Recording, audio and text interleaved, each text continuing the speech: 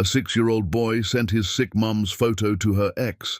The millionaire CEO cancelled his wedding and toward X.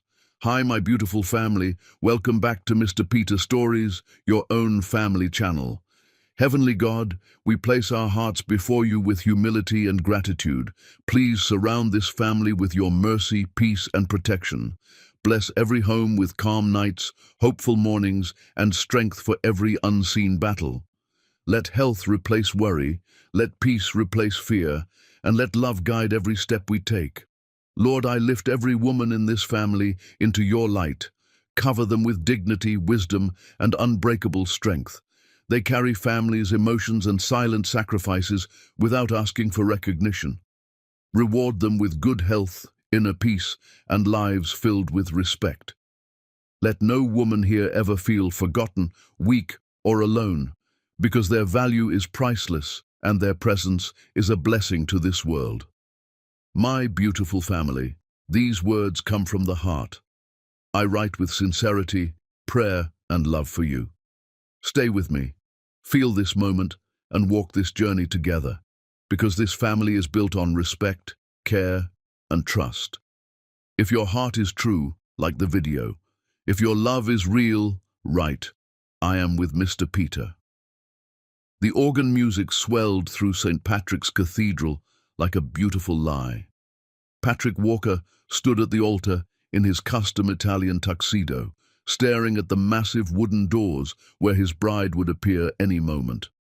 The church was packed with Manhattan's elite, investors, socialites, business partners, all watching him with champagne smiles and diamond-studded expectations. His mother, Justine Walker, sat in the front pew, wearing cream Chanel and an expression of perfect triumph. She'd won. After years of resistance, her son was finally marrying someone suitable. Catherine Chen would walk through those doors in minutes, and Patrick would say vows he didn't mean to a woman he didn't love. His phone buzzed in his pocket. Patrick almost ignored it. The ceremony was starting. The priest cleared his throat meaningfully. But something made him reach for it anyway, some instinct that felt like a hand pulling him back from the edge of a cliff. Unknown number. One new message. He opened it. The photograph loaded slowly, pixel by agonizing pixel. A woman's face appeared on the screen. Hospital room, fluorescent lighting, exhausted eyes closed, skin glistening with fever, dark hair spread across a white pillow. Patrick's heart stopped. He knew that face. He'd spent 6 years trying to forget it. 6 years trying to convince himself she was exactly what his mother said she was.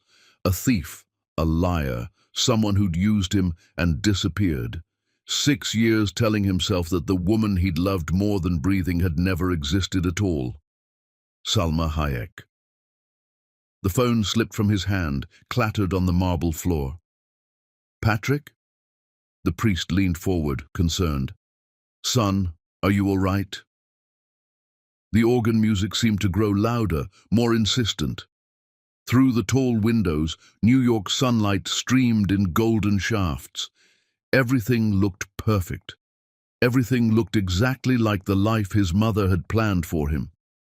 Patrick bent down, grabbed his phone, looked at the photograph again. It was her, older, thinner, but unmistakably her. Those cheekbones, that mouth he'd kissed 1,000 times. She was in a hospital somewhere, sick or hurt, or he couldn't finish the thought. Patrick, what's wrong? His best man gripped his shoulder. The cathedral doors opened. Catherine appeared in white silk and lace, her father's arm linked through hers. She looked beautiful, elegant, completely wrong. Patrick stared at the photograph on his phone, then at Catherine, then at his mother, whose smile had frozen into something sharp and dangerous. He made his choice in a heartbeat. I'm sorry, Patrick said, loud enough for the front rows to hear. Then louder. I'm so sorry, I can't do this. The organ music stuttered to a stop. Patrick, what are you? The priest started, but Patrick was already moving. He ran down the altar steps, his dress shoes sliding on polished marble. Catherine stopped halfway down the aisle, her face transforming from radiant to horrified. Gasps rippled through the pews like wind through wheat. "Patrick Walker, you stop right now." His mother's voice cracked like a whip. He didn't stop. He ran past Catherine, past her stunned father, past rows of shocked guests pulling out their phones to record this disaster. Behind him, his mother was screaming something about disgrace and responsibility, but her voice faded as he burst through the cathedral doors into blinding sunlight. His driver stood by the limousine, smoking a cigarette. "Airport," Patrick gasped. "Now, private terminal." "Sir, the reception." "Airport." The driver scrambled into the front seat. Patrick dove into the back, already pulling up his pilot's contact information. Behind them, the driver scrambled into the front seat. Patrick dove into the back, already pulling up his pilot's contact information. Behind them, wedding guests poured out of the cathedral. Someone was crying. Someone else was laughing. Patrick didn't look back. In his hand, the phone screen still glowed with that photograph. Salma. Alive. Somewhere. He'd find her, even if it meant burning down every bridge he'd ever built. The private jet took off from Teterboro an hour later. Patrick sat alone in the leather seat, still wearing his tuxedo, bow tie hanging loose around his neck. Miami. The photo had been sent from Miami. Patrick stared out the window at clouds rushing past. His phone kept buzzing with messages he didn't read. The wedding had been streaming live. By now the video of him running from the altar was everywhere. Runaway groom, CEO. He didn't care. The jet's interior was too quiet, too perfect. Patrick closed his eyes, but all he saw was Salma's face. Not the sick woman in the hospital photo. The Salma he remembered, laughing at some terrible joke he'd made, dancing in their apartment kitchen at midnight, looking at him like he was the only person in the world who mattered, then gone. She'd left a note on their bed, 3 sentences that had destroyed him. "I'm sorry. Your mother was right about me. Don't look for me." He'd looked anyway, hired the best investigators money could buy. They'd found nothing. And then his mother had shown him the bank statements, the transfers, evidence of theft. Patrick had wanted to believe she was innocent, but the evidence was there, and Salma was gone. Except he had known her. He knew he had. "Sir," the pilot's voice cracked through the intercom, "we're beginning our descent into Miami." Patrick sat up, straightened his bow tie out of habit, then tore it off completely. What was he doing? Running toward a woman who'd stolen from him and disappeared? He looked at the photograph again. "I'm coming," he whispered to the screen. "Just hold on." Miami hit him like a wall of heat when he stepped off the plane. Midnight, but the air was thick and warm. Patrick climbed into the waiting car he'd arranged, gave the driver the hospital address his team had tracked down. Jackson Memorial Hospital. The city blurred past, palm trees, Art Deco buildings, streets still busy despite the late hour. Patrick's hands wouldn't stop shaking. He tried to prepare himself. Salma sick, Salma angry, Salma with someone else, a whole new life he wasn't part of. The hospital appeared, massive and lit up against the night sky. Patrick walked through the emergency entrance, still wearing his tuxedo. A security guard looked up, startled. The late-night receptionist's eyes widened. "I need to find a patient," Patrick said. "Salma Hayek." The receptionist typed, frowned. "Are you family?" "Yes." The lie came easily. "Room 417, 4th floor. But sir, visiting hours are—" Patrick was already moving toward the elevators. The 4th floor was quiet, just the beep of monitors and the soft squeak of nurses' shoes on linoleum. Patrick found room 417 halfway down the corridor. The door was partially open. He pushed it open wider. The room was small, clean, filled with the antiseptic smell of hospitals everywhere.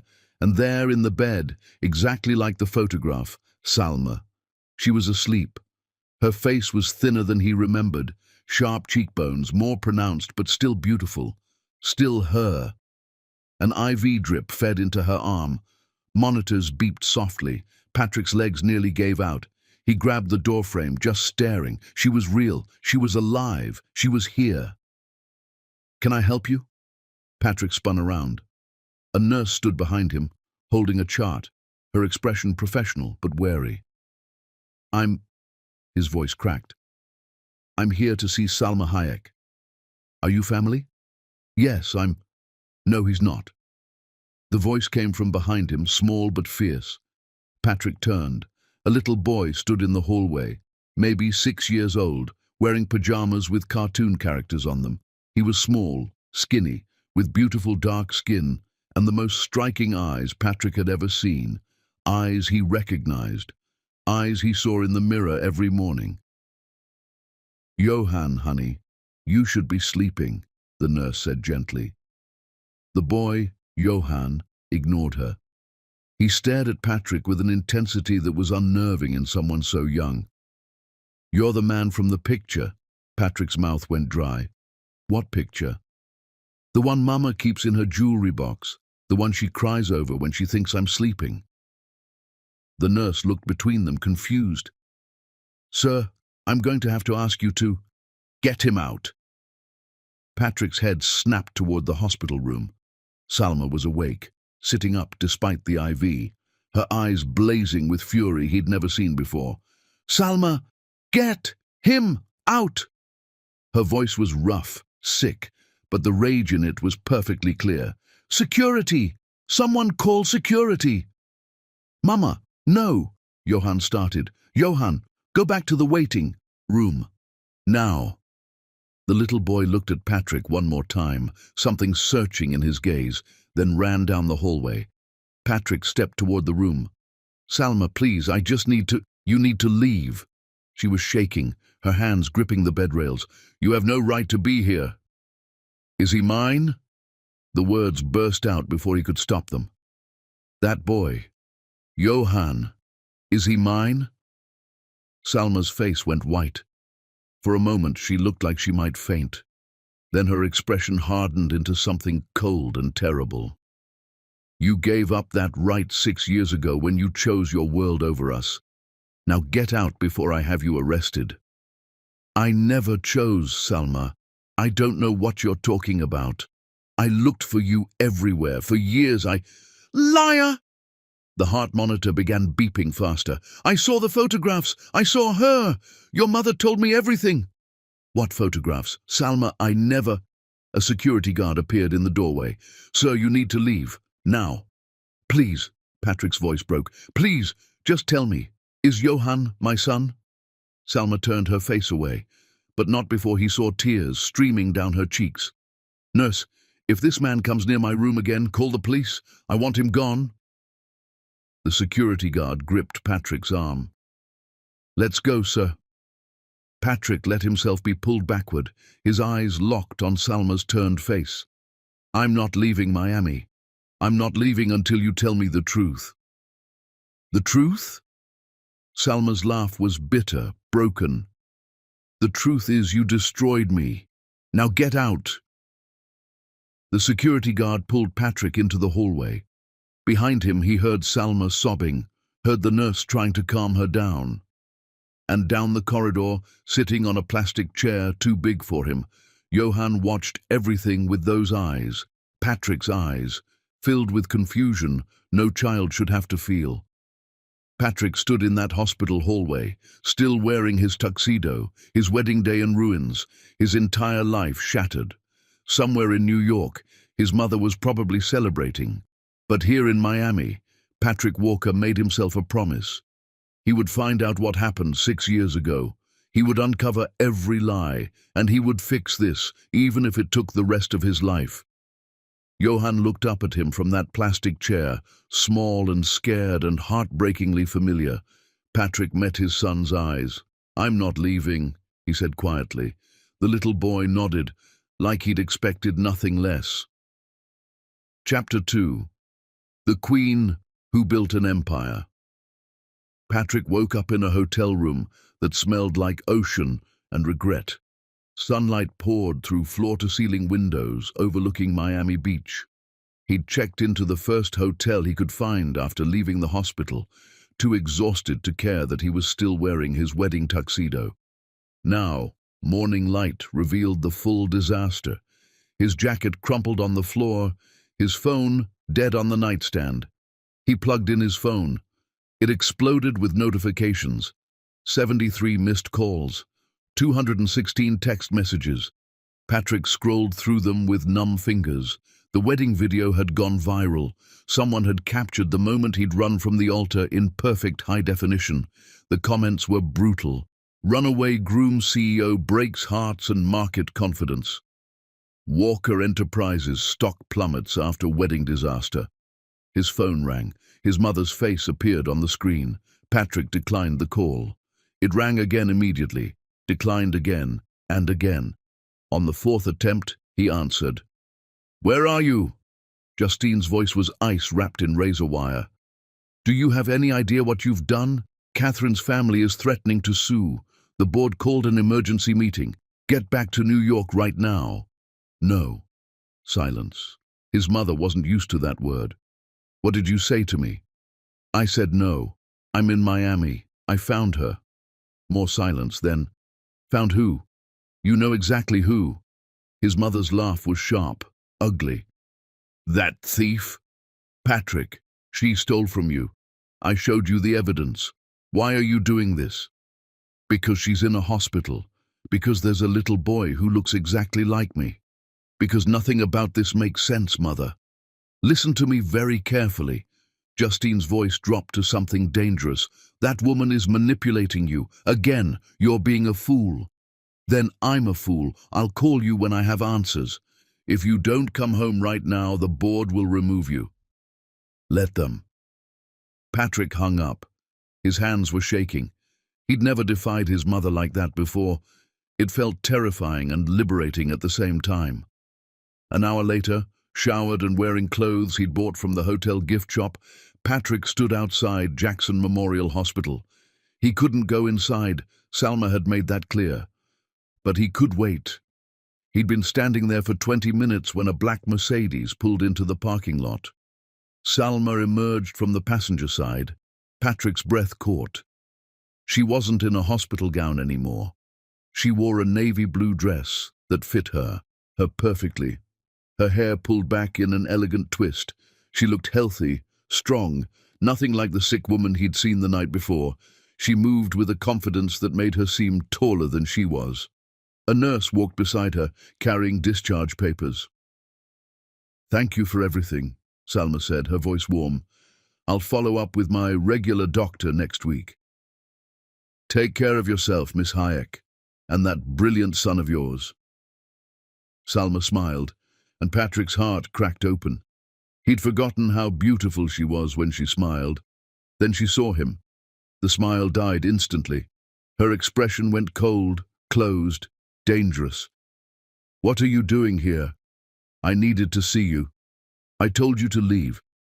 "I know. I can't." The nurse looked between them nervously. "Should I call security, Miss Hayek?" "No," Salma said quietly. "He's leaving. Aren't you, Patrick?" "Not until you talk to me." "There's nothing to talk about. Johan is my son." It wasn't a question this time. Salma's jaw tightened. "You lost the right to call him that." "Maybe, but he's still mine, and you can't change that no matter how much you hate me." "Hate you?" Salma laughed, brittle and sharp. "I don't hate you, Patrick. I don't feel anything for you at all anymore. You're just a stranger wearing a familiar face." The words hit him like bullets. Patrick stepped closer. Salma didn't back away, just stared at him with those cold, beautiful eyes. "Then look me in the eye and tell me you never loved me." For a moment, just a moment, something flickered in her expression. Something that looked like pain. Then it was gone. "I loved who I thought you were. Turns out that person never existed." A car horn honked. The Mercedes driver gestured impatiently. "I have to go," Salma said. "I have a business to run. Unlike some people, I can't spend my days stalking my exes." Where's Johan? None of your business. Salma, please, stop. She held up a hand. Just stop. You had 6 years to find us if you actually cared. You didn't. Now it's too late. I'm not married. I ran from the wedding. For you. Salma stared at him for a long moment. Then she shook her head, something almost like pity crossing her face. That's the saddest part. You actually think that matters. You think a grand gesture fixes everything. She moved past him toward the Mercedes. It doesn't. You can't fix this. Where are you going? She paused at the car door. To work. Some of us have to earn our money. What do you do? Why do you care? Because I want to know everything I missed. Salma's laugh was bitter. You want to know what I do? Fine. I plan weddings. I own Phoenix Moments, Miami's premier event planning company. And before you ask, yes, I built it from nothing. No stolen money, just hard work. She got into the Mercedes. The door slammed. Patrick stood there, watching the car drive away, his mind reeling. Salma owned a company, a successful one. She'd built an entire life here, raised their son, became someone extraordinary. All while he'd spent 6 years half alive in New York, following his mother's plans. His phone buzzed. Unknown number. The same number that had sent the hospital photograph. A new message. Meet me at Bayside Park, the playground. Come alone. J. Johan. A 6-year-old child was orchestrating meetings now. Patrick should have been concerned. Instead, he felt pride. His son was brilliant. Bayside Park was crowded with tourists and locals enjoying the Miami sunshine. Patrick found the playground easily. Bright colors and children's laughter made it impossible to miss. Johan sat on a swing, not swinging, just waiting. He wore a school uniform, khaki pants and a white polo shirt. His backpack sat at his feet.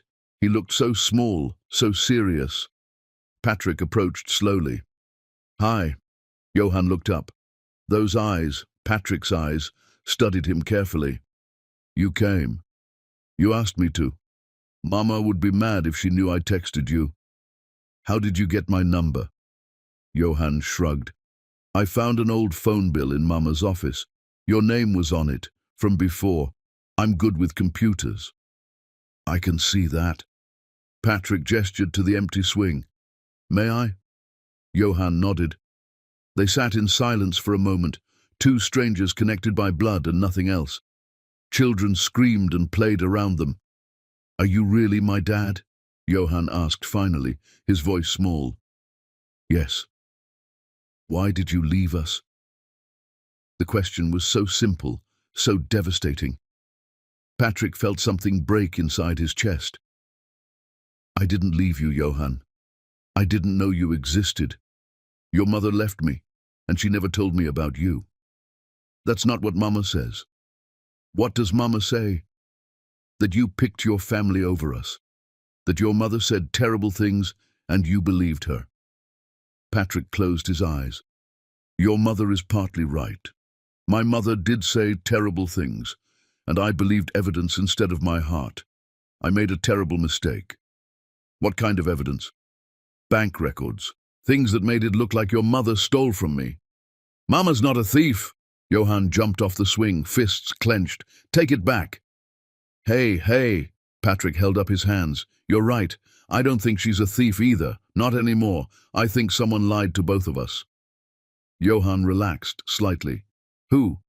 I don't know yet, but I'm going to find out. My grandma Justine? The name hit Patrick like ice water. You know about her? Mama has a picture. She told me that's my grandma, but we can't visit her because she's a bad person. Is she bad?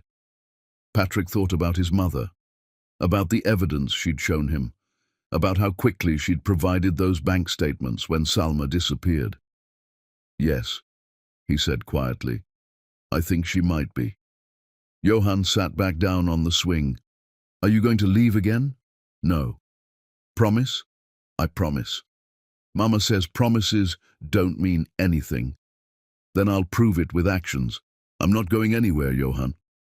Johan looked at him with those serious eyes. Mama's going to be really mad. Probably. She might not let me see you again. Then I'll wait. That could be a long time. I've already waited 6 years. I can wait longer. Johan smiled then, small and hesitant, but real. You look like me. You look exactly like me. You're so handsome. Mama says I'm handsome too. Johan paused. Did you break her heart? Yes, and she broke mine. But I think someone else broke both of ours first. A car pulled up to the curb, the same black Mercedes from the hospital. Salma emerged like a hurricane, storming across the playground toward them. Johann Alexander Hayek, what did I tell you? Johann jumped off the swing, grabbing his backpack. Sorry, Mama, I just wanted to talk to him. Salma reached them, breathing hard, her eyes blazing. She grabbed Johann's hand. Get in the car, now. But Mama, now! Johann looked at Patrick one more time, then ran toward the Mercedes. Salma turned to Patrick, and the fury in her eyes could have burned down cities.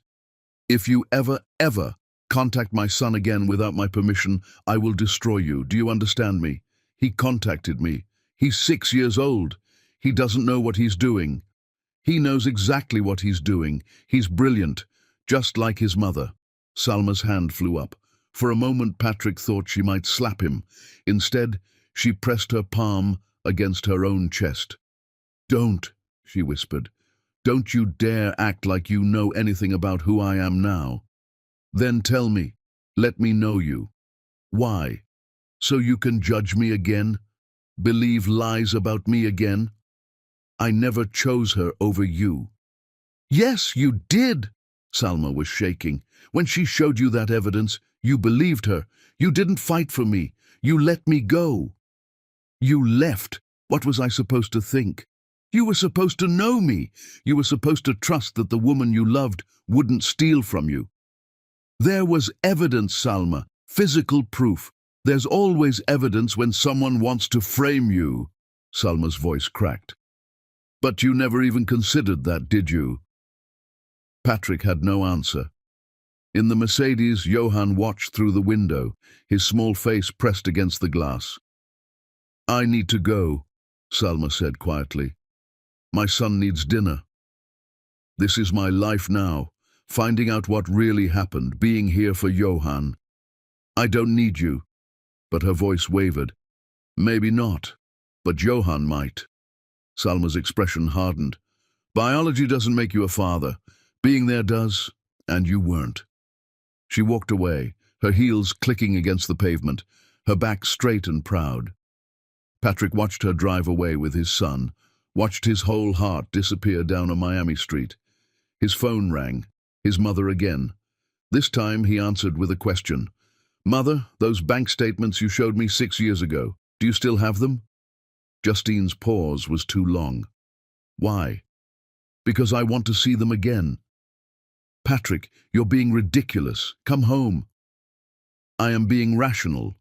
For the first time in 6 years, do you have the statements or not? They're in storage somewhere. I'd have to find them. Send them to me. I want to hire a forensic accountant.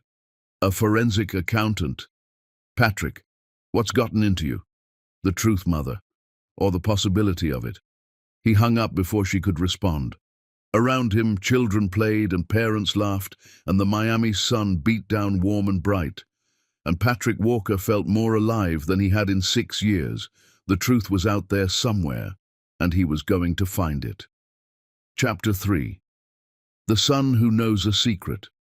Patrick's hotel room had become a war room.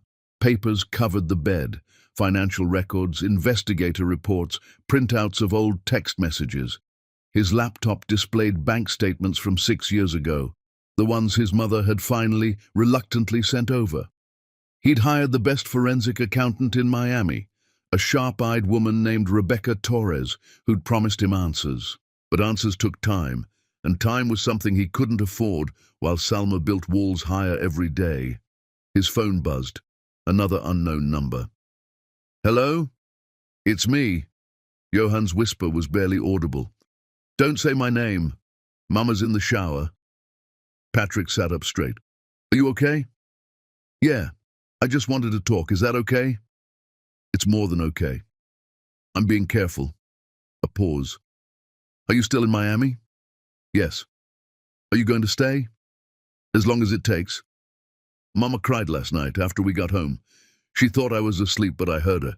She was talking to her friend Rosa, saying she can't do this again." Patrick closed his eyes, pain lancing through his chest. "I don't want to hurt her." "Then why did you come back?" "Because I needed to know the truth, because I never stopped loving her, and because I have a son I didn't know about." "Do you love me?" The question was so direct, so vulnerable. "Yes. I know I just met you, but yes, you're my son. How could I not love you?" "Mama says love has to be proven." "Your mother is right, so let me prove it. What do you need?" Johann was quiet for a moment. "There's a thing at my school next week. A father-son breakfast. I never get to go. Could you come with me?" Patrick's heart shattered and rebuilt itself in the same instant. "I would love nothing more. But your mother, I'll ask her. Maybe if she sees you with me, she'll stop being so mad." "Maybe." "I gotta go. I hear the water turning off." The line went dead.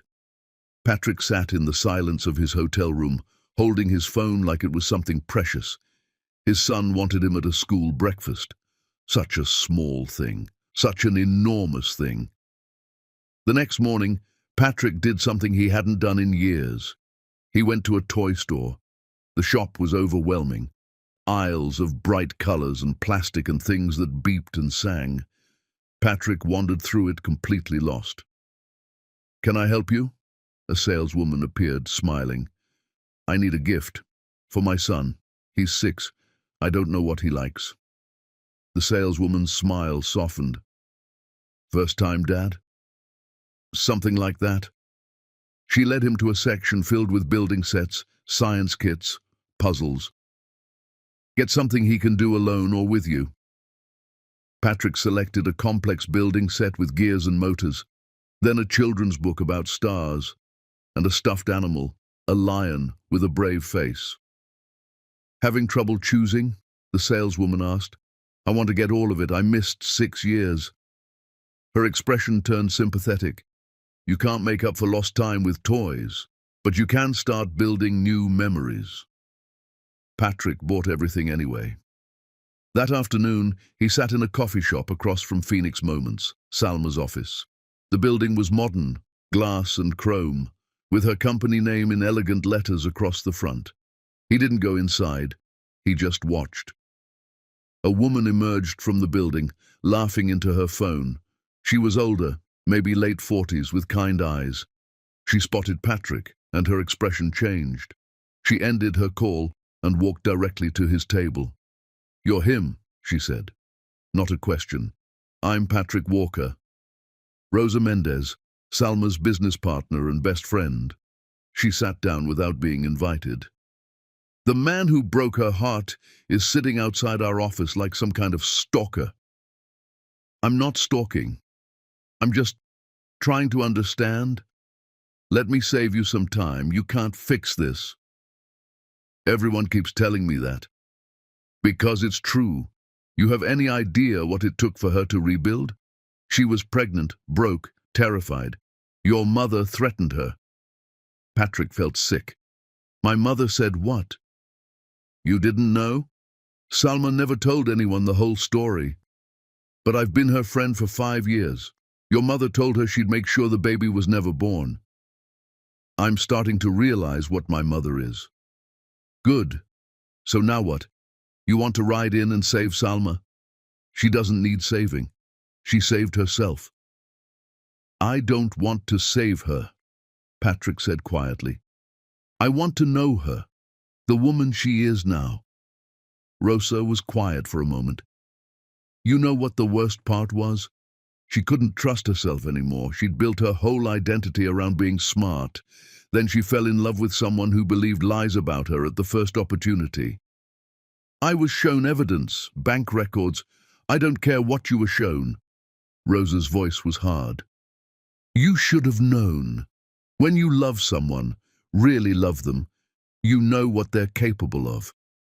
The words hit like hammers, because Rosa was right. I want to make this right, Patrick said. Then earn it, not with money or grand gestures, with time, with consistency. Rosa stood to leave, then paused. That father-son breakfast at Johann's school. She's going to let you go. How do you know? Because Salma wants Johann to have what she never did, a father. She'll sacrifice her own comfort for that boy. Rosa's expression softened slightly. Don't make her regret it. She walked back into the building, leaving Patrick alone with his coffee and his guilt. That night, Patrick got a text from a number he recognized. Salma. His heart jumped. He opened the message. Johann wants you at his school breakfast on Friday, 8 in the morning, Coral Bay Elementary. Don't be late. Don't embarrass him. Don't make me regret this. Patrick typed back immediately. I'll be there. Thank you. The response came a minute later. I'm not doing this for you. This is for Johann. I won't. Can I ask you something? A long pause. Then, what? Why did you leave without telling me about Johann? You would have what? Believed me over your mother. You didn't then. Why would a baby change that? Because it's different. A child changes everything. Your mother made it very clear what would happen if I stayed. I was young, scared, pregnant. She had power. She said she'd make sure I lost the baby. I believed her. Patrick stared at his phone, rage building. She threatened you while you were pregnant. Yes. Did she show you photographs? Of me with someone else? Another long pause. How did you know? Because I think they were fake. I think everything she showed both of us was lies. Maybe. Or maybe you're trying to rewrite history. I'm hiring a forensic accountant to examine the evidence. Will you look at what they find? Why would I care about ancient bank records? Because if I'm right, it means someone deliberately destroyed us. Don't you want to know who? The response took so long he thought she might not answer. Then finally, if you find proof, real proof, I'll look at it. But Patrick, even if your mother lied, even if she faked everything, you still believed it. You still chose her story over me. That's the part that hurt. The message felt final. Patrick typed, I know, I'm sorry. No response came. He sat in his hotel room, surrounded by evidence and toys and the wreckage of his old life, and wondered if sorry would ever be enough. Chapter 4. The Woman Who Doesn't Need Saving. Friday morning arrived wrapped in Miami sunshine. Patrick stood outside Coral Bay Elementary School at 7:45, dressed carefully in khakis and a button-down shirt. Not too formal, not too casual. He'd changed 3 times, trying to look like someone who belonged at a father-son breakfast. Other fathers arrived with their sons, men in business suits and construction uniforms and casual weekend clothes. They looked comfortable, natural. Patrick felt like an imposter. You came. He turned. Johann stood there in his school uniform, backpack on his shoulders, looking up at Patrick with those serious eyes. I told you I would. Lots of people say things they don't mean. I meant it. Johann studied him for a moment, then smiled. Small, tentative, but real. Come on, we have to sign in. They walked toward the entrance together. Patrick wanted to reach for Johann's hand, but didn't know if that would be welcome. Johann solved the problem by grabbing his hand first, his small fingers wrapping around Patrick's larger ones. Something in Patrick's chest broke open. Your hand is big, Johann said matter-of-factly. Yours will be too someday. They reached the sign-in table.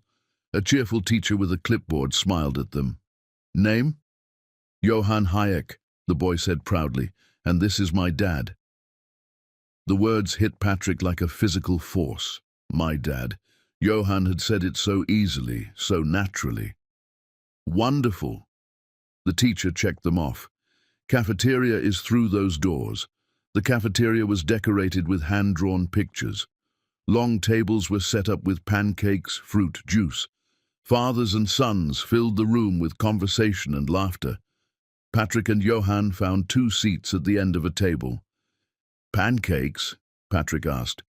Yes, please. Mama never lets me have this many. They filled their plates and sat down. Patrick watched Johann attack his food with the single-minded focus of a hungry child. Other fathers chatted about sports and work. Patrick had nothing to contribute. Hey, Johann! A boy around Johann's age appeared. Who's that? My dad. Johann said it louder this time, like he was testing the words. The boy's eyes widened. I thought you didn't have a dad. I do. He just lives far away, in New York. Oh, cool. The boy ran off. Johann looked at Patrick. Is that okay? That I said you live in New York? It's fine. It's true, technically. Are you going to move here? I don't know yet. If you loved us, you would. The statement was delivered without malice, just childlike honesty.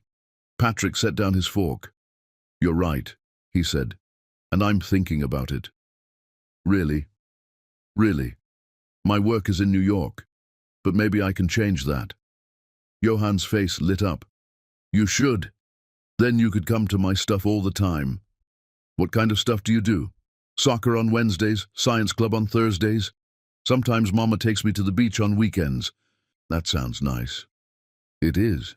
Mama works a lot, but she always makes time for me. She says I'm the most important thing in her life. Patrick heard the message beneath the words. Johann was telling him what mattered, showing him what being a parent actually meant.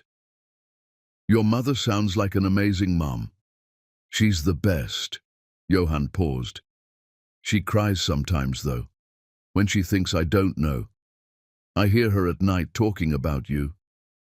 What does she say? That she wished things were different, that seeing you hurts. Johann looked up. Why does seeing you hurt her? Patrick struggled to find words a 6-year-old would understand. Because we used to love each other very much, and then something bad happened that separated us. Sometimes seeing someone you used to love reminds you of everything you lost. Do you still love her? Yes. Does she still love you? I don't know. Maybe. That's what I'm trying to find out. A microphone squealed. The school principal stood at the front. Welcome, fathers and sons. We have a few special activities planned. The next hour passed in a blur of games and activities. Patrick and Johann competed in a paper airplane contest. Johann's design won. They worked together on a puzzle. They laughed at terrible jokes. And Patrick watched his son. Really watched him. The way Johann concentrated when he was building something. The way he laughed, head thrown back, exactly like Salma used to laugh. The way he was gentle with smaller kids, protective. The way he was brilliant and kind. Patrick had missed 6 years of this. The loss felt crushing. As the breakfast ended, parents and children filed out. Johann grabbed Patrick's hand again. Thanks for coming, he said. This was the best father-son breakfast ever. It was my honor. Will you come to my soccer game next week? If your mother lets me. I'll ask her. She has to say yes. She always says family is important. They walked outside together. The morning sun was bright, almost blinding. Other families dispersed to their cars, and standing by the school entrance, arms crossed, Salma. She wore jeans and a simple white blouse, her hair loose around her shoulders. She looked casual, beautiful, terrifying. Johann ran to her. Mama, you came. Of course I came. I wanted to make sure everything was okay. It was great. We won the airplane contest, and Dad. Johann, baby, take a breath. Salma's eyes were on Patrick, though, assessing. Can he come to my soccer game next week, please? Salma's jaw tightened. We'll talk about it later. But Mama... Later, Johann. Her tone left no room for argument. The boy deflated slightly. Okay, I'm going to say bye to my friends. He ran off.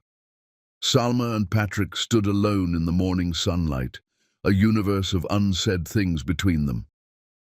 Thank you, Patrick said quietly, for letting me come. I didn't do it for you. I know. Johann told me. He deserves a father. I know what the hardest part was for you, Patrick said softly, and I'm sorry I wasn't there. Salma's hands were shaking. You know what? I'm glad now. Glad I raised him alone, because I got to make all the decisions, and he's perfect, Patrick. He's the best thing I ever did, and you don't get credit for that. I know I don't. Then why are you still here? Because I am his father, and I can't change that I missed 6 years, but I can be here now. Until what? Until you get bored? Until your real life calls you back? I quit. Salma blinked. What?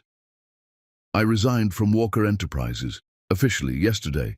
I have no job, no company, no ties to New York anymore. You quit your family's company? Yes. Why? Because being here matters more than a corner office. I've spent 6 years being who my mother wanted me to be. I'm done. Salma stared at him, something flickering in her eyes. Surprise, maybe respect, then skepticism. That's a very grand gesture. It's not a gesture, it's a choice. And what are you going to do now? Find a place to live. Be here for Johann's soccer games and school events, finish investigating those bank records, and wait, however long it takes.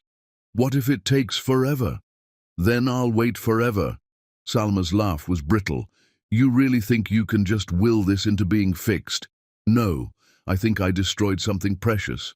But I also think our son deserves a father who shows up, and I think part of you wants to know if I'm telling the truth. Even if that's true, it doesn't change the fact that you believed I could steal from you. Patrick had no defense.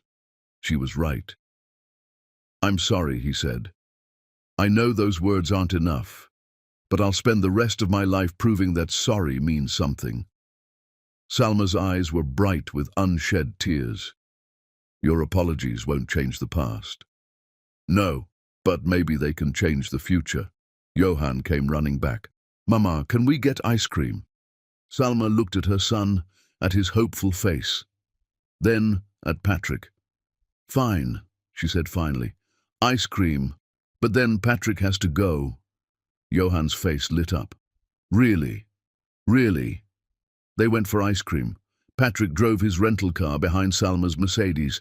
They ordered chocolate for Johann, vanilla for Salma, coffee for Patrick. They sat at a picnic table outside, Johann chattering while Salma remained silent, watching Patrick with careful eyes.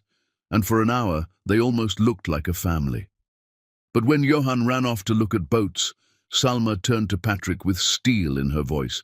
Don't get used to this. Don't think this means anything. I won't. One breakfast, one ice cream trip, that's not a relationship. I understand. Do you? Because you look at me like you still love me. Patrick met her eyes. I do still love you, and I don't know if it can be fixed, but I have to try. Salma stood up abruptly. We're done here. Johann, time to go. Patrick watched them drive away again, watched his heart disappear down another Miami street. But something had shifted, something small. Salma had spent an hour with him voluntarily. It wasn't forgiveness, but maybe it was the first step towards something. Chapter 5. The truth that changes everything. Patrick's phone rang at 6 in the morning. He grabbed it, disoriented. Mr. Walker? A woman's crisp voice. This is Rebecca Torres. I've finished my analysis of those bank records. Patrick sat up instantly. And?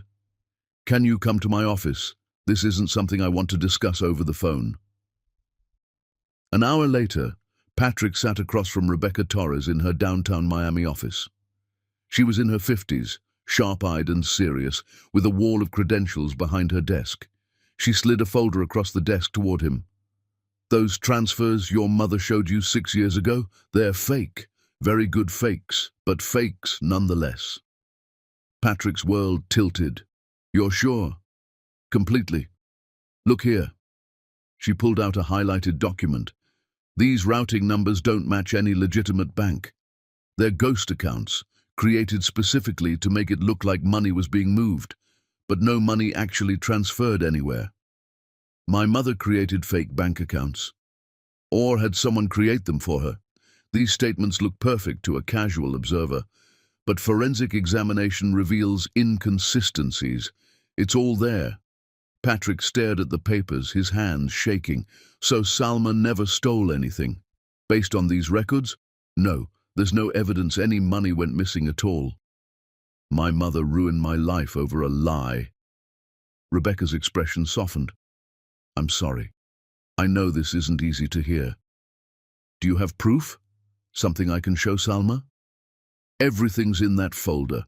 Documented, notarized, ready for legal proceedings if necessary. Patrick took the folder with trembling hands. 6 years of believing Salma was a thief. There's more, Rebecca said carefully. I did some additional digging. About a week after Salma would have left New York, someone made a large payment to a private investigation firm. The payment came from an account controlled by Justine Walker. My mother hired investigators? Yes. And according to my contacts, those investigators located Salma Hayek in Miami within 2 months. They reported her location to your mother. The room seemed to spin. What? Your mother knew where Salma was. She knew, and she didn't tell you. When you hired your own investigators later, your mother paid them to report they'd found nothing. Patrick couldn't breathe. The betrayal was so enormous, so calculated. Why? He whispered. I can't answer that. But the evidence is clear. Your mother systematically destroyed your relationship, then prevented you from finding her for years. Patrick stood, folder in hand, rage building like wildfire. Send me your final invoice, whatever it costs. Already done, Mr. Walker. Are you all right? No, but I will be. He left her office in a daze, walked to his car, sat behind the wheel staring at nothing. His mother had done this. She'd fabricated evidence, paid investigators to lie, kept him and Salma apart for years. She'd stolen 6 years of his son's life. His phone rang. Justine Walker. Patrick answered with a voice like ice. I know what you did. A pause. Patrick, what are you talking about? The bank records were fake. The investigators you paid to lie. All of it. I have proof. Silence. Then carefully. I don't know what you think you've found, but... Don't. Patrick's voice cracked. Don't you dare lie to me anymore. I have a forensic report. I have documentation. I know everything, Mother. The question is why? More silence. Then the mask dropped. Justine's voice went cold. Because she wasn't good enough for you. A nobody with no family, no connections. You were going to waste your life on her. You had no right. I had every right. I'm your mother. I know what's best for you. She was pregnant. You threatened a pregnant woman. I did what I had to do to protect you from the biggest mistake of your life. The biggest mistake of my life was believing you. Patrick was shaking. You stole my son from me. You destroyed the woman I loved. For what? Your pride. For your future. For Walker Enterprises. For everything that matters. None of that matters, Patrick screamed. Not compared to what I lost. You're being dramatic. You'll thank me someday. I'm done. Do you hear me? I'm done with you. Done with your lies. Done with everything you represent. You're not my mother anymore. Patrick, you're upset. Let's talk about this. There's nothing to talk about. Don't call me. Don't contact me. I never want to see you again. He hung up, blocked the number, sat in his car breathing hard, tears streaming down his face. Then he drove to Phoenix Moments. Salma's office was on the 2nd floor. Patrick bypassed the receptionist, took the stairs 2 at a time, found her door. He burst through it without knocking. Salma looked up from her desk, startled. What the... Patrick, you can't just... It was all fake. He threw the folder on her desk. The bank records, the evidence. My mother fabricated everything. Here's the proof. Salma stared at the folder like it might explode. What are you talking about? Read it, please. A forensic accountant examined everything. The transfers never happened. My mother created it all to make you look like a thief. Salma's hands moved slowly, opening the folder. She read the first page, then the second. Her face went white. This says that you never stole anything, that my mother lied about everything. She knew where I was. Salma's voice was barely a whisper. It says here she knew and never told you. For 6 years, she knew and she kept us apart. Salma looked up at him, tears streaming. Why? Because you weren't good enough for her vision of my life. Because she wanted to control me. Salma's hands were shaking. All these years, I thought you chose her. Believed I was a thief even though you knew me. You were right to think that. I did believe it, and I'm sorry. I should have trusted you. Stop. Salma held up a hand. Just stop. She stood, walked to the window, stared out at Miami. Patrick waited, his heart hammering. Do you know what the worst part is? She said finally. Part of me is relieved. Part of me is happy that you didn't just abandon us. Salma, but part of me is so angry I can't breathe. Because even if your mother lied, you still believed it. You still thought I was capable of betraying you. I know, and I have no excuse. Yes, you should have. She turned to face him. This doesn't fix everything, Patrick. This doesn't erase 6 years. I know. It doesn't change the fact that I built a life here without you, that I don't need you anymore. I know that too. Then what do you want from me? Patrick stepped closer. I want the truth between us.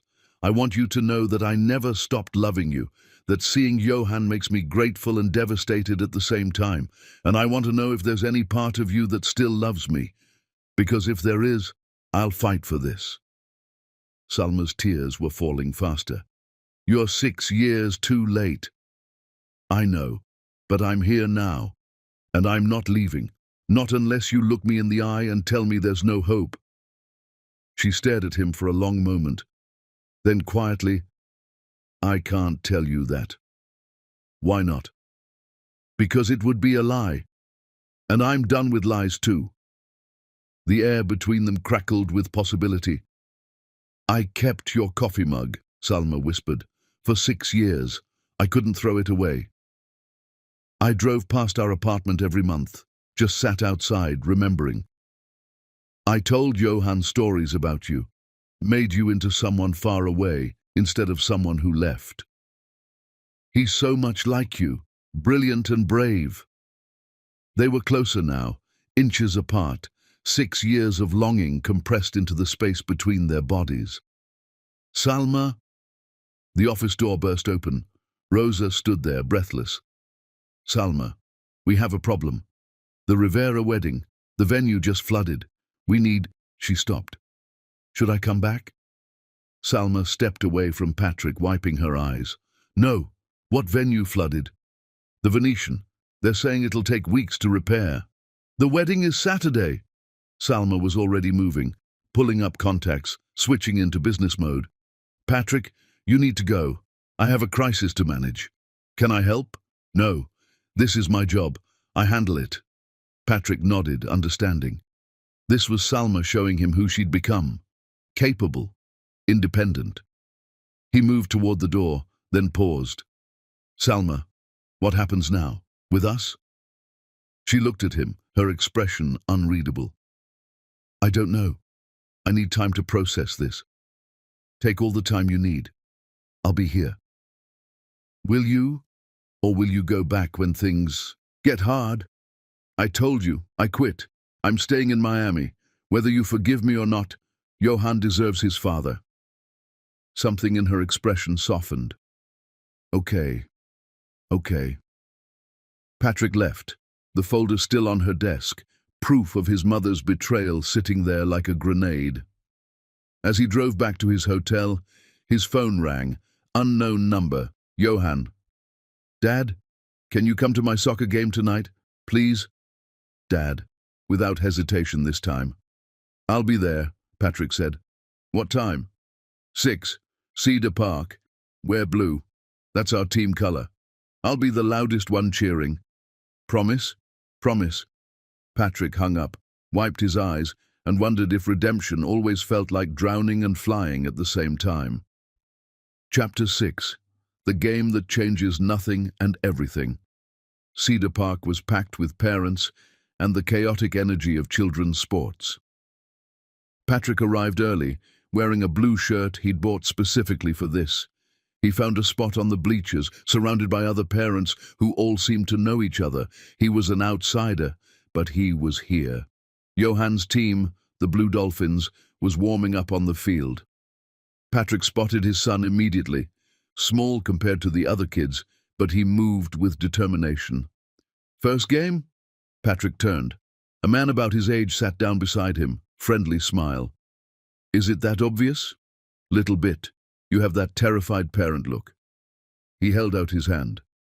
My daughter's on the Dolphins, number 7. Patrick shook his hand. Patrick Walker. My son is number 12. Johan. Great kid, smart player. Pride swelled in Patrick's chest. He's brilliant. The game started. Patrick had never watched children's soccer before. It was chaos.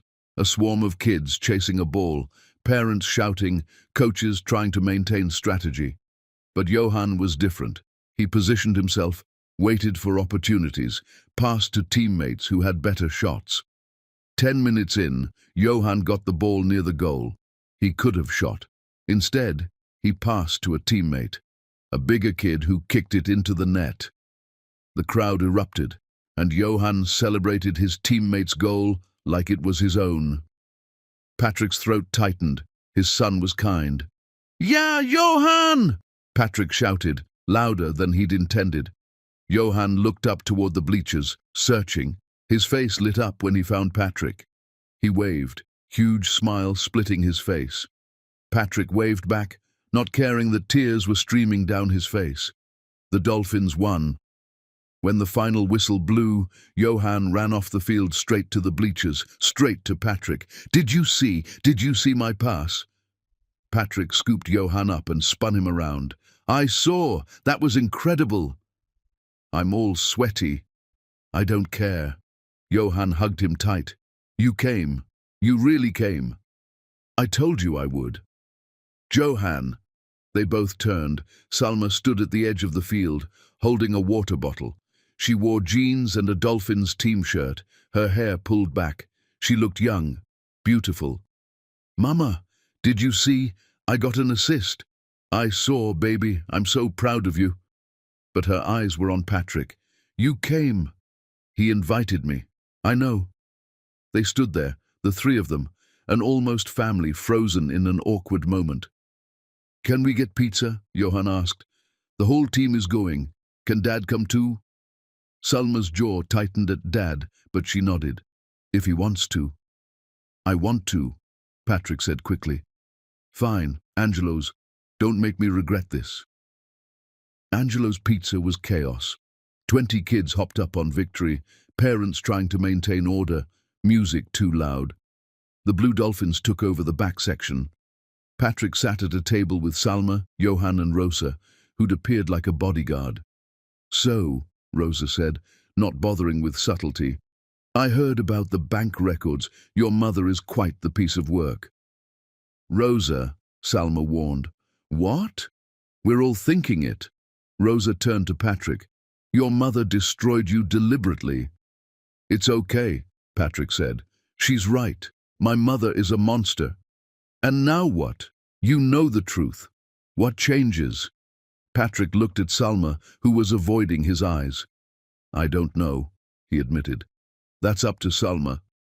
No, Salma said quietly. It's up to both of us. This isn't just about my forgiveness. Johan, who'd been coloring, looked up. What's ruins? It's when something is broken, baby. Like when I broke my Lego castle and had to rebuild it. Salma smiled despite herself. Yes, like that. But I made it better the second time. Maybe you can make your thing better too. Out of the mouths of children. Patrick caught Salma's eye. She almost smiled. Maybe, she said softly. The pizza arrived. For a while they just ate, absorbed into conversations about school and sports and normal life. Patrick watched Salma interact with other parents, warm, friendly, respected. She'd built a community here. He was the outsider trying to force his way in. After pizza, Johan went to play arcade games. Rosa excused herself, and Patrick and Salma were left, alone at the table. "You're good with him," Salma said finally. "With Johan. He makes it easy. He likes you, talks about you constantly. Is that okay?" "I don't know. Part of me is happy. Part of me is terrified you'll disappear and break his heart." "I won't. You can't promise that. I told you. I quit. I'm staying here." "Why? What's in Miami for you besides us? Isn't that enough?" Salma looked at him for a long moment. "I don't know what to do with you, Patrick. You show up with proof that everything was a lie. You quit your job. You come to soccer games. But I don't know if hard work is enough to fix 6 years. What would be enough? I don't know. That's the problem. I built walls around my heart because letting you in the first time nearly destroyed me. And now you want me to just tear them down. I'm not asking to pick up where we left off. I'm asking for a chance to know who you are now. And if I never trust you again? If we co-parent but nothing more?" The question hurt, but Patrick answered honestly. "Then I'll accept that, because being in Johan's life is more than I deserve." Salma wiped her eyes. "You really quit Walker Enterprises?" "Yes." "Where are you living?" "A hotel, but I'm looking at apartments." "In what neighborhood?" "Near Johan's school, maybe." Salma was quiet. Then, "There's a rental in my building. 3rd floor, 2-bedroom. The tenant just moved out." Patrick's heart stopped. "You want me to live in your building?" "I want Johan to be able to see his father regularly, and I want to see if you actually stay. Living close makes that easier." "Salma, don't read into it. This isn't me forgiving you. This is me being practical." "Okay. The terms are, you show up for Johan, you don't make promises you can't keep, and you give me space." "Done." They stared at each other across the table, surrounded by noise and families. Something was shifting, something fragile and terrifying.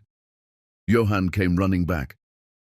"Mama, can Dad come to my school science night next week?" Salma looked at Patrick, then at their son's hopeful face.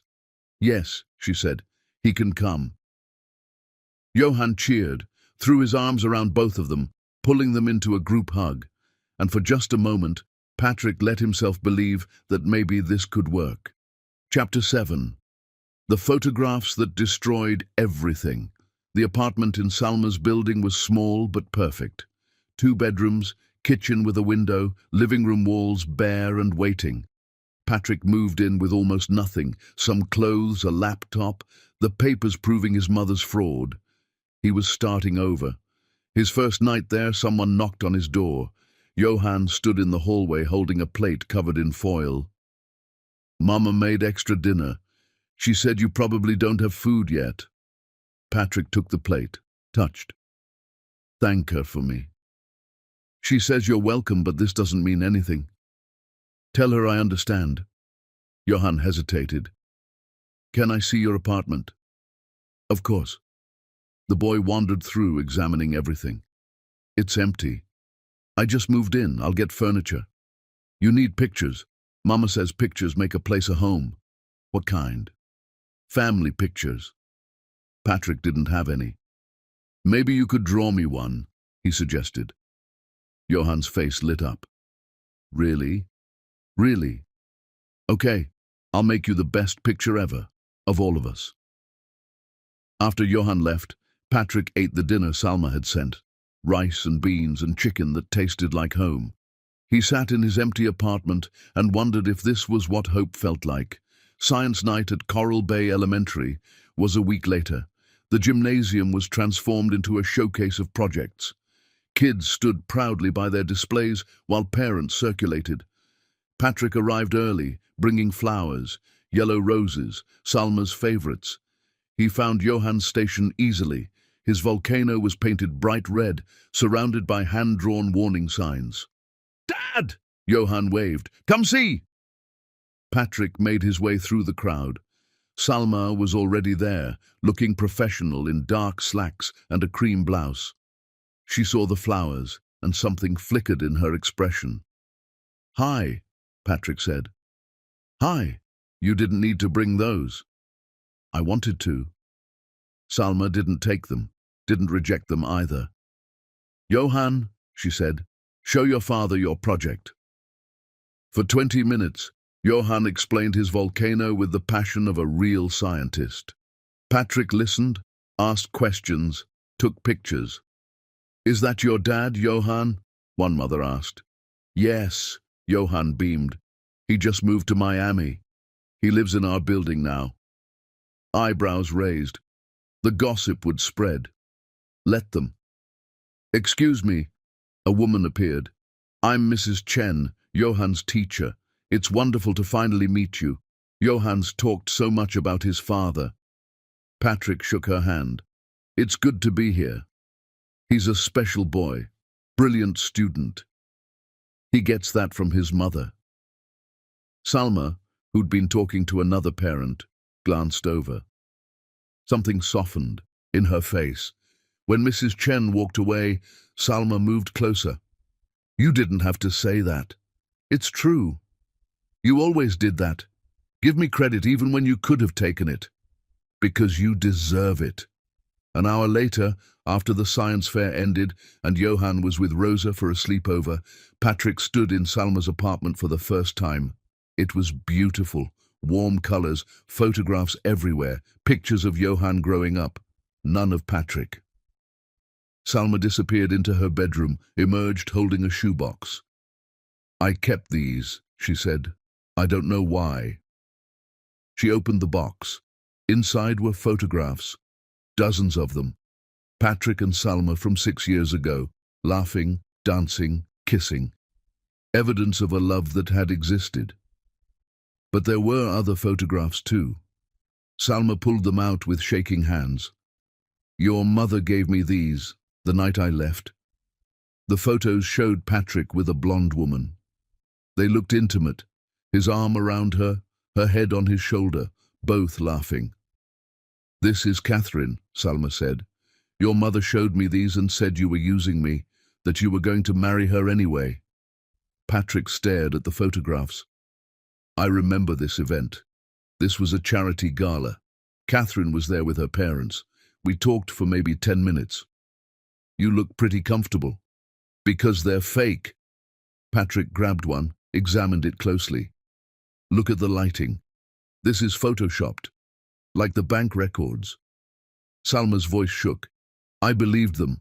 I was pregnant and scared, and your mother was so convincing." "I know. But these photos, they broke me, because it meant everything we had was a lie." Patrick pulled out his phone, found the real picture from that gala. "Look, this is what that night actually looked like." The photo showed a large group, Patrick, Catherine, her parents, his mother and others, everyone standing apart, formal, not intimate. Salma stared at both images. "She really did this?" "Yes." "Why?" "Control, her vision of my life. You didn't matter because you weren't part of her plan." Salma sat down heavily, photographs scattered around her. "I wasted 6 years hating you." "You didn't waste anything. Look at what you built. Look at Johann. But I could have done it with you. We could have raised him together." "I know, and I'm sorry." Salma looked up at him, tears streaming. "I kept your coffee mug because I couldn't let go. I drove past the hospital where Johann was born every year, remembering how alone I felt. Because even hating you, I couldn't stop loving you, and I hated myself for that. Patrick knelt in front of her. You have nothing to hate yourself for. You survived. You raised an incredible child. Did I? Because I kept him from his father. You were protecting him. Or I was a coward. You were 23 years old, pregnant and being threatened. You were surviving. Salma's face crumpled. I wanted to tell you, so many times.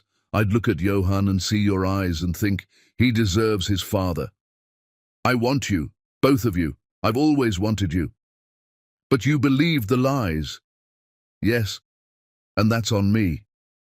Patrick took her hands. I failed you completely. But I'm here now, and I love you. I never stopped. Salma pulled her hands away. Love isn't enough. I know. You hurt me in ways that don't just heal. I know that too. So what do? We build a new foundation, based on truth this time. Salma stood, paced to the window. I don't know if I can be vulnerable again. Then don't. Not yet. Just let me be here. Let me prove I'm trustworthy. And if I never love you again? The question hurt every time. Then I'll accept that, because having any part of your life is better than none of it.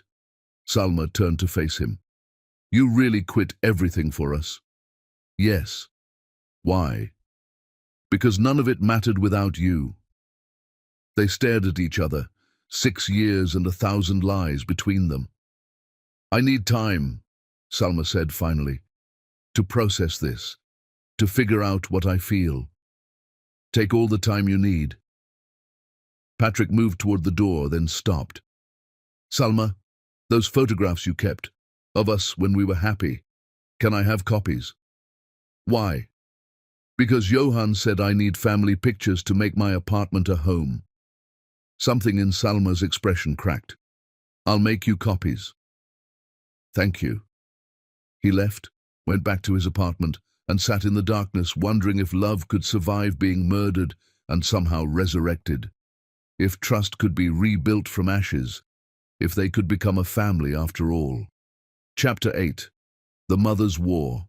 Patrick's phone rang at midnight. He grabbed it, disoriented. Unknown number. Patrick Walker? A man's voice, professional. This is Detective Rivera with Miami Police. I'm calling about Justine Walker. She's your mother? Patrick sat up, instantly awake. What happened? She's here in Miami. She showed up at an address registered to Salma Hayek about an hour ago. Building security called us. Your mother is claiming she has a right to see her grandson.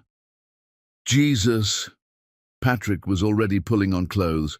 What's the address? The detective gave it. Patrick's building. I'm on my way.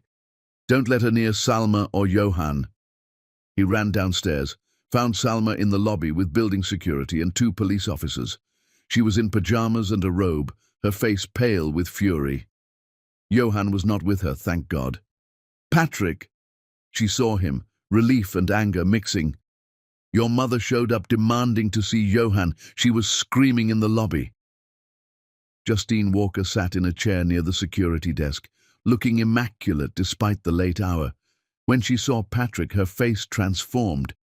Finally! Patrick, tell them who I am. You have no rights here. Patrick's voice was ice. I'm his grandmother. You're a liar who destroyed his parents' lives. Justine stood, fury blazing. After everything I've done for you, everything you've done to me, the fake bank records, the photoshopped images, all of it. The detective perked up. Fake bank records?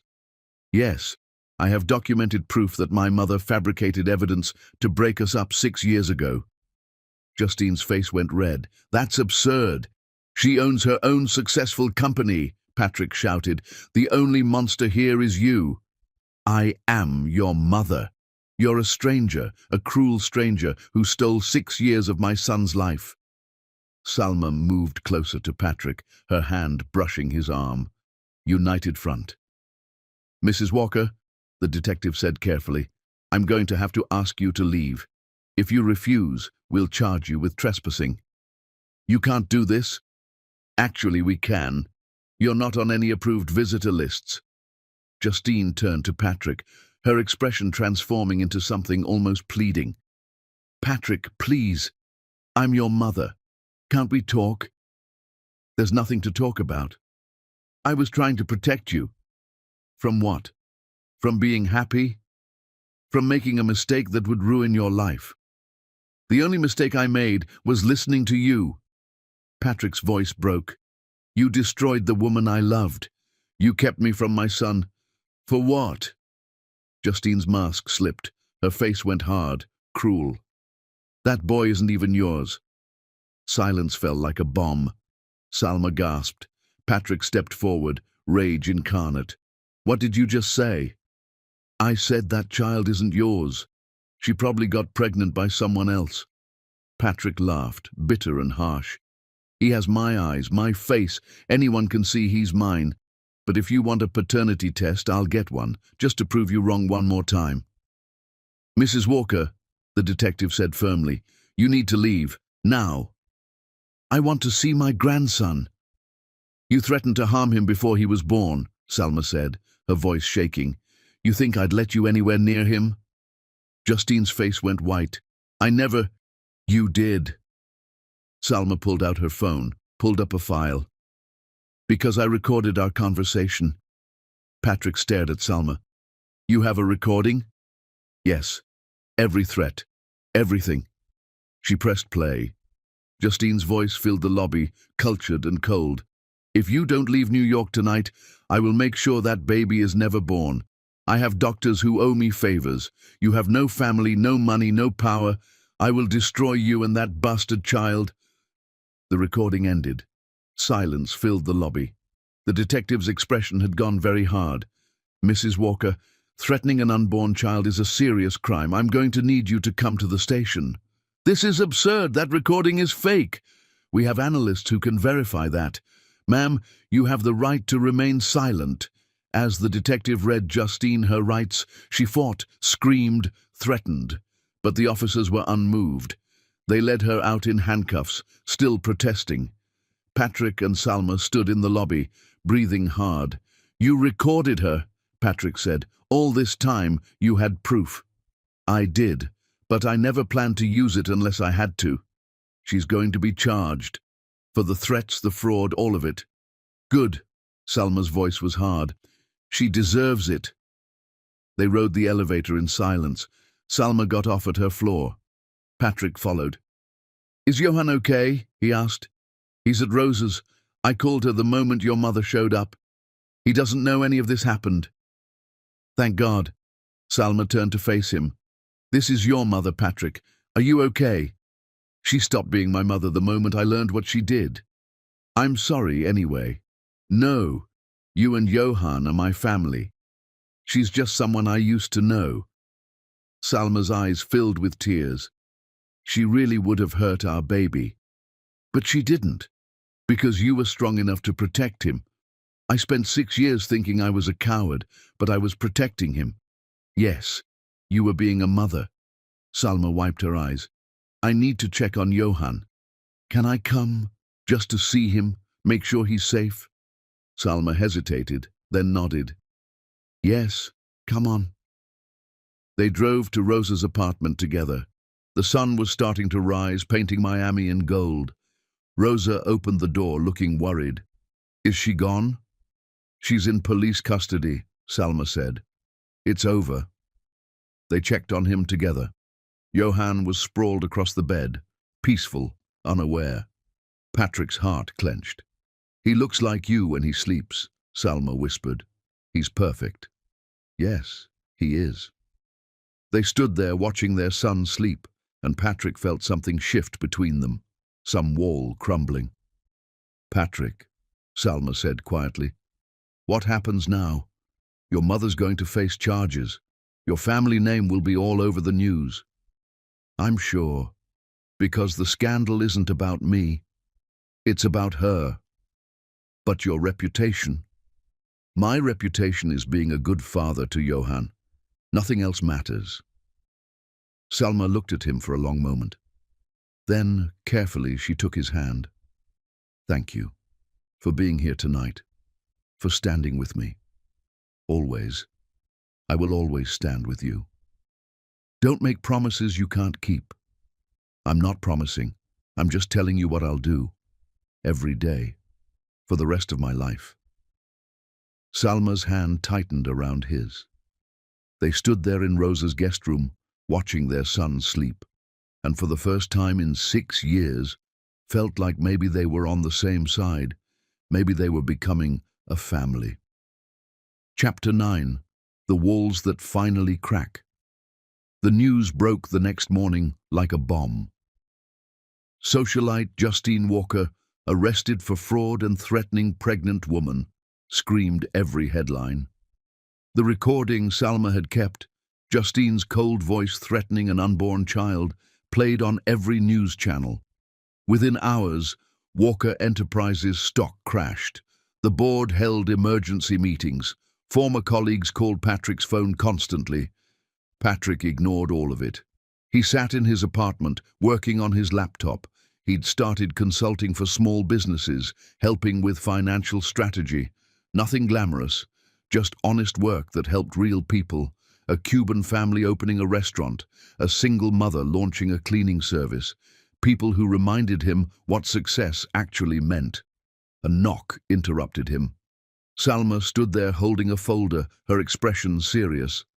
"Can I come in?" "Always." She entered, looking around. His apartment wasn't empty anymore. Furniture he'd chosen carefully. Johann's drawings covered one entire wall, a gallery of stick figures and bright colors. Photographs on shelves showed them from 6 years ago. The coffee mug she'd kept had a place of honor on his counter. "You've made it a home," she said softly, touching Johann's latest drawing. 3 people holding hands under a rainbow. "Trying to. I saw the news. Your mother's face is everywhere. Are you okay?" Relieved, honestly, like a weight I didn't know I was carrying is finally gone. Patrick closed his laptop. "For years, I thought something was wrong with me, that I couldn't maintain relationships. Turns out, I had a monster destroying every chance I had at happiness." Salma sat on his couch, opened the folder. The lawyers found more. "Patrick, it's worse. Your mother did this to other women you dated. Gabriella from college, your mother paid her $50,000 to leave. Here's the signed agreement." She showed him documents. Patrick's hands shook as he read them. Gabriella's signature, his mother's attorney's letterhead. "Every serious girlfriend you had before me," Salma continued gently. "Your mother either paid them off or manufactured reasons for you to distrust them, over a decade of controlling your life." Patrick felt sick. He remembered Gabriella, how devastated he'd been when she'd left suddenly. It had all been lies. "She stole more than 6 years," he said quietly. "She stole my entire adult life." "I know." Salma moved closer, her hand finding his. "The prosecutors are building a massive case. Shell accounts, fake documents, payments to investigators. Your mother kept records of everything." Patrick stood, moved to the window. "I want her to pay for all of it. Every single crime." "She will. Fraud, extortion, criminal threats. The lawyers say 5 years in prison, maybe more." "Good." Patrick's voice was hard. "Let her know what it feels like to be powerless." Salma stood, put her hand on his shoulder. "I'm sorry. I know she's terrible. But she's still your mother." Patrick turned. They were inches apart. "She's not my mother anymore. You're my family, you and Johann. She's just a criminal." "Patrick, I need to tell you something." Salma's voice shook slightly. "Johann asked me last night when you and I are getting married." His heart stopped. "What did you say?" "I told him that adults have complicated feelings, that you and I are still healing, still learning to trust each other again." Her voice broke. "And he said, 'But Mama, you smile when he's around. You haven't smiled like that in forever. Doesn't that mean you love him?'" Patrick couldn't breathe. "What did you tell him?" "Nothing, because he's right. I do smile when you're around. And I'm terrified, Patrick. Terrified of admitting it. Terrified of being vulnerable again. Then be terrified, Patrick said, his hands cupping her face gently. But feel it anyway. Be scared and love me anyway. Because I'm terrified too. Terrified I'll mess this up. But I'd rather be terrified with you than safe without you. What if it's a mistake? What if it's not? What if this is exactly what we're supposed to do? They stood in the morning light, 6 years of pain between them. But also hope, also possibility. Can I try something? Patrick asked quietly. What? Can I kiss you? Really kiss you? Not desperate, a real kiss. And if you feel nothing, I'll never ask again. Salma stared at him for a long moment. Then, almost imperceptibly, she nodded. Patrick cupped her face in his hands, his thumbs brushing away tears on her cheeks. She was older now, with tiny lines around her eyes, but still the most beautiful woman he'd ever seen. He kissed her, and the world exploded. It wasn't gentle. It was 6 years of longing compressed into one moment. Salma made a broken sound and kissed him back with everything she had. Her hands grabbed his shirt, pulling him closer, his arms wrapped around her waist, holding her like she might disappear. They kissed like they were drowning, and each other was air. Like 6 years apart had been too long, and forever wouldn't be long enough. When they broke apart, both were breathing hard, tears streaming down both their faces. "Tell me you felt nothing," Patrick whispered against her lips. "I can't." Salma's voice was broken, beautiful. "I felt everything. Every moment of the last 6 years, every tear I cried, every night I dreamed about you, I felt it all."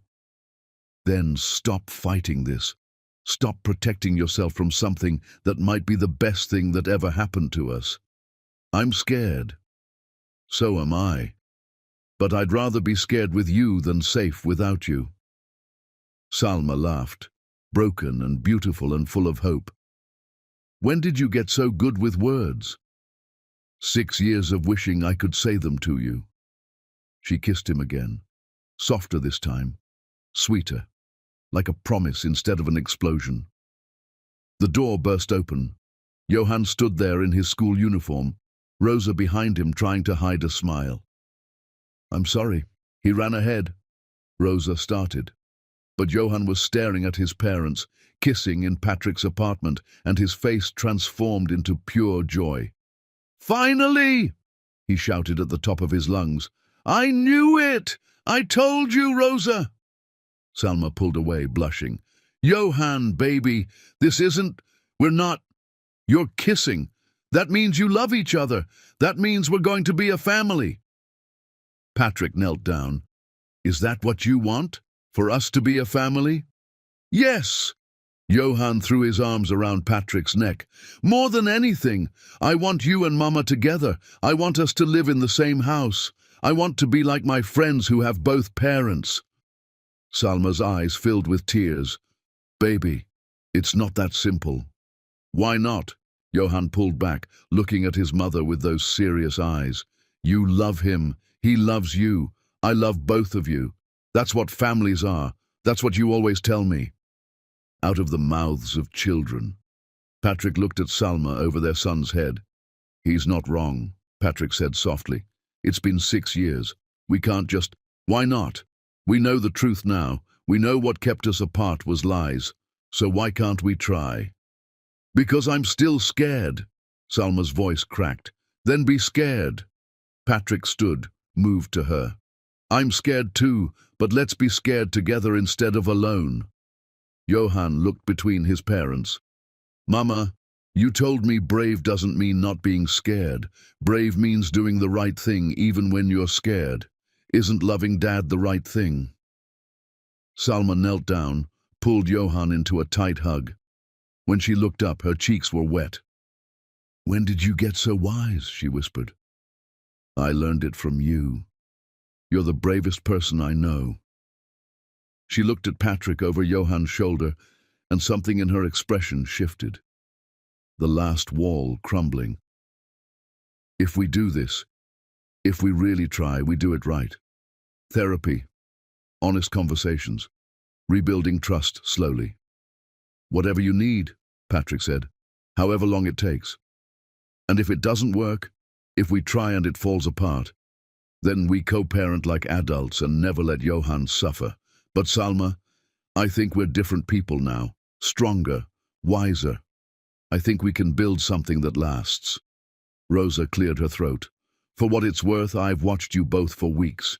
You're different together, better. You make each other laugh. And that kid deserves to see his parents happy. Salma stood, wiping her eyes, looking at the three people who'd become her world. Okay, she said finally. Okay, we try. But slow, Patrick, we go slow. As slow as you need. Johan pumped his fist in the air. Yes! Can I tell my friends I have a dad now? I don't live with you yet, Patrick said gently, but maybe someday soon. When? When your mother is ready. Johan turned to Salma with those big pleading eyes. Mama, please? She laughed despite her tears. You're impossible, both of you. Fine, we'll talk about it. But slowly, and with lots of conversations first. Johan hugged them both, pulling them together into a family hug that felt like coming home. This is the best day ever, he said. Patrick met Salma's eyes over their son's head. She smiled, small and tentative but real and full of hope. Maybe it was the best day ever. Maybe they were finally becoming the family they should have been all along. Chapter 10. The reunion earned 3 months later. Patrick stood in a courtroom watching his mother receive her sentence. The judge's voice was steady, unemotional. 5 years in federal prison for fraud, extortion, criminal threats, witness tampering. Justine Walker, who'd spent her entire life controlling everything, would spend the next 5 years with no control at all. She didn't look at him as they led her away. Her head was high, refusing to show weakness. Patrick felt nothing. She'd stopped being his mother the day he learned what she'd done.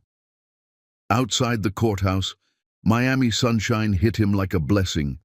Salma waited with Rosa, both women looking at him with concern and love. Salma took his hand. How do you feel? Free. Patrick breathed in deeply. For the first time in my life, completely free. They drove to Johan's school to pick him up from soccer practice. Patrick had been to every practice for 3 months, every game, every school event, proving through consistent action that he was staying. Salma had been cautious at first, keeping careful distance. But slowly, day by day, her walls had crumbled. Dinners together became regular. Movie nights with Johan became tradition. Long conversations after Johan went to bed became the highlight of Patrick's days. Kisses that had started terrified became certain and sweet. They'd started couples therapy with Dr. Martinez, a no-nonsense woman who didn't let them hide. She made Patrick examine why he'd been easy to manipulate. She made Salma confront her fear of vulnerability. The sessions were brutal, necessary, like setting broken bones so they could heal correctly. But it was working. God, it was working. Johan ran toward them from the field, sweaty and ecstatic. Did you see? Coach said I'm getting better. He said if I keep practicing, I might make the advanced team. We saw, baby, Salma said, pulling him into a hug. You were incredible. Dad, did you see my goal? Dad. Johan said it so naturally now. I saw it, Patrick said, his throat tight. Best goal of the game. They went for ice cream after, their weekly tradition. Patrick had learned Johan loved chocolate with rainbow sprinkles, always asked for a cone, saved the bottom tip for last. Small details, father details, things he was desperately making up for now. Later that evening, after dropping Johan at Rosa's, Patrick and Salma sat on her couch, alone. They'd been taking things slow, but slow was starting to feel like torture. Patrick, Salma said softly, her hand finding his. I've been thinking about what Johan keeps asking, about us being a family. His heart jumped. And? And I think I'm ready. There's an apartment opening next to mine next month. I was thinking, maybe you could take it. Give Johan easy access to both of us without rushing. Patrick's throat tightened. You mean it? I mean it. You've shown up every single day, Patrick. Rain or shine. You've been patient when I was scared. You've earned this. I'll keep earning it, Patrick said, pulling her close, every single day for the rest of my life. I know, that's why I'm saying yes. Patrick pulled back, looked into her eyes. I love you. I never stopped loving you. Even when I thought you'd betrayed me, even when I tried to hate you, I loved you. I love you too. Salma's tears spilled over. I tried so hard not to, but I couldn't help it. They kissed, and this time there was no fear, just certainty, just love that had survived and found its way back. Stronger, deeper, real. There's something else, Salma said. Johan asked if you and I got married. Could he be the ring bearer? Patrick's heart stopped completely. What did you tell him? I told him we weren't there yet. That marriage is a big step. But that maybe, someday. She looked at him carefully. Was I wrong? No. Patrick took her hand, pressed it against his chest. We are not there yet. We have more healing to do, more trust to build. But someday? He smiled. Someday I'm going to marry you, Salma Hayek, when we're both absolutely certain. And yes, Johan will be the ring bearer. Salma's tears fell faster. You're really staying. I chose you and Johan over everything else, and I'd make that choice again every single day. 6 months later, Patrick proposed on the beach where they'd taken their first vacation as a family. The sun was setting, painting the sky gold and pink. Johan had helped him plan everything, hiding the ring in a sandcastle they'd built. When Patrick got down on one knee, when Johan presented the ring with a huge grin, when Salma started sobbing and laughing and said yes, Johan screamed so loud the entire beach turned to look. People applauded, strangers cheered, and Patrick kissed her while their son danced circles around them in the sand. A year after that, they married in a small ceremony at Salma's favorite botanical garden. The venue was intimate, beautiful, filled with flowers and sunlight. Johan was ring-bearer, wearing a custom tuxedo, his chest puffed out with pride. Rosa was maid of honor, crying before the ceremony started. A handful of close friends filled the chairs. No society pages, no cameras. Just love, pure and hard-won. Patrick's vows made everyone cry. You saved me from a life that looked perfect but felt empty. You gave me a son I didn't know I needed. You taught me that trust is earned through consistency, that love is proven through action. That family isn't about blood. It's about choosing each other every single day. I choose you, Salma. Today and forever. Salma's vows were equally devastating. You came back. When you could have stayed away, when you could have let the lies win, you came back. You fought for us. You earned every ounce of my trust through patience and presence. You're not the man I fell in love with 6 years ago. You're better. You're real. And I choose you too, Patrick. Always. Johan stood between them, holding both their hands, his smile so wide it looked painful. When the officiant said, "You may kiss your bride," Johan shouted, "Finally!" and the entire venue dissolved into laughter. At the reception, Patrick danced with his son first. Johan stood on Patrick's feet, letting his father spin him around. "Dad? Yeah, buddy? Are you happy now? Like really, truly happy?" Patrick looked over at Salma, laughing with Rosa, her wedding dress glowing in the light, his wife, his everything. "I'm happier than I ever thought was possible," he said honestly. "Good, because Mama's happy too. I can tell. She smiles all the time now. She sings in the kitchen. She doesn't cry at night anymore." Patrick's throat tightened. "She used to cry at night." "Yeah, for a long time, but not anymore. Not since you came back." Johan looked up at him. Thank you for coming back. Johan, listen to me. Patrick stopped dancing, knelt down. I'm the one who should be thanking you. You sent that photograph. You gave me a second chance I didn't deserve. You're the bravest person I know. Johan threw his arms around Patrick's neck. I love you, Dad. I love you too, son. More than you could possibly know. Later, as the sun set, Patrick and Salma had their first dance as husband and wife.